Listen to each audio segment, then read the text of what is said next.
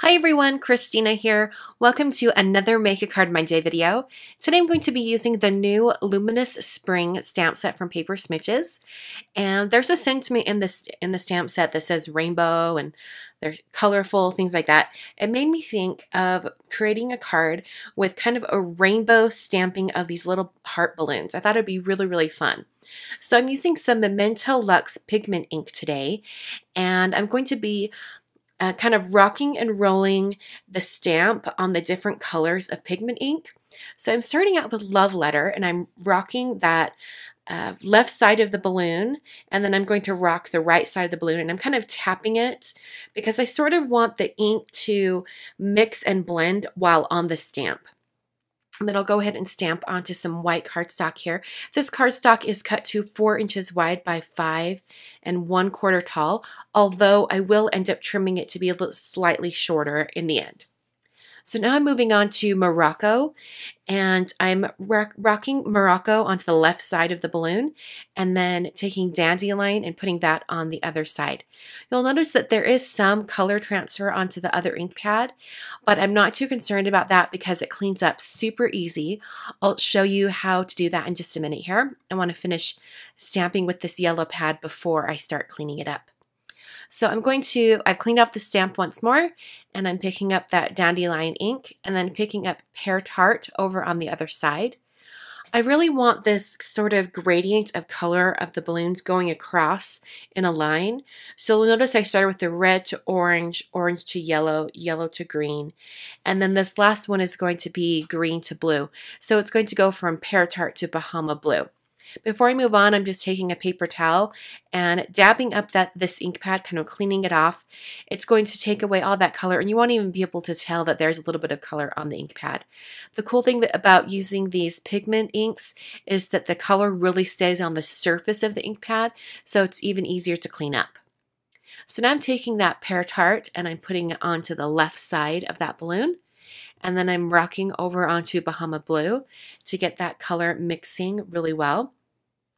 I really love this technique. I haven't really done it too much, but I really love it, especially if you have a good variety of ink pads, or even if you just have 2 or 3. I think you could still do some fun kind of mixing of colors here, especially with solid stamps.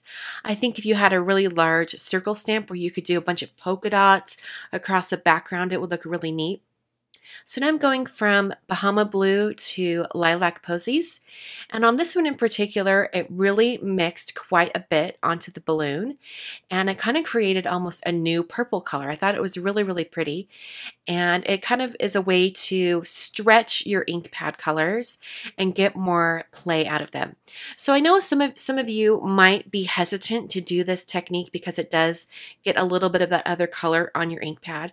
And I was the same way for a long time. I was really hesitant to do anything like that. I didn't want to cut my stamps apart to use them. I didn't want to ruin the ink pads like this. But over time and over the years since I've been stamping, which has been about 10 years, I've really learned that any way that I can stretch the use of my supplies is fantastic.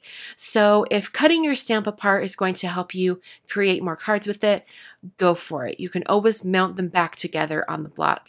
If using your ink pads like this is going to give you more uses for your ink pads, and you're going to be trying out new techniques and doing new fun things with them, go for it. I think you can utilize your supplies however you like. So now I'm going to take this white gel pen. This is the Uniball Signo Broad white gel pen.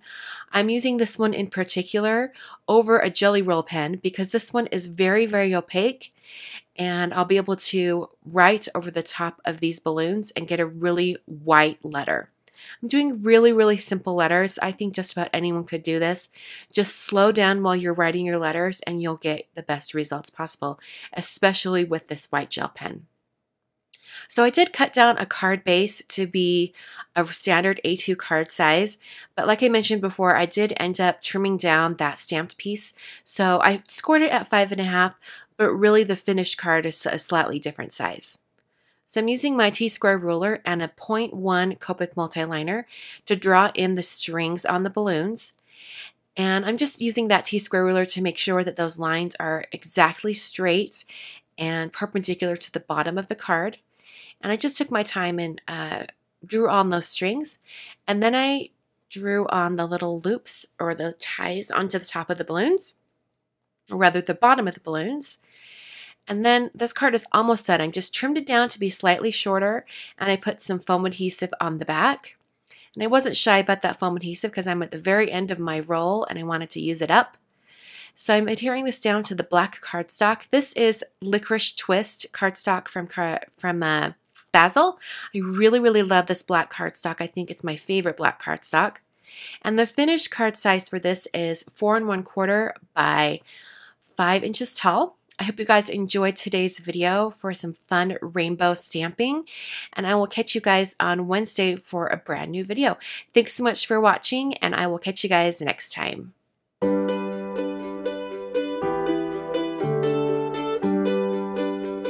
Just a reminder that all of the supplies that I used in today's video, even the ink pad colors and the cardstock and everything like that, all of the supplies are listed down below in the video description or over at my blog. And you can get to my blog by clicking on that link in the top right corner right now. On screen are 3 of my most recent card videos, and I will see you guys on Wednesday for a new video.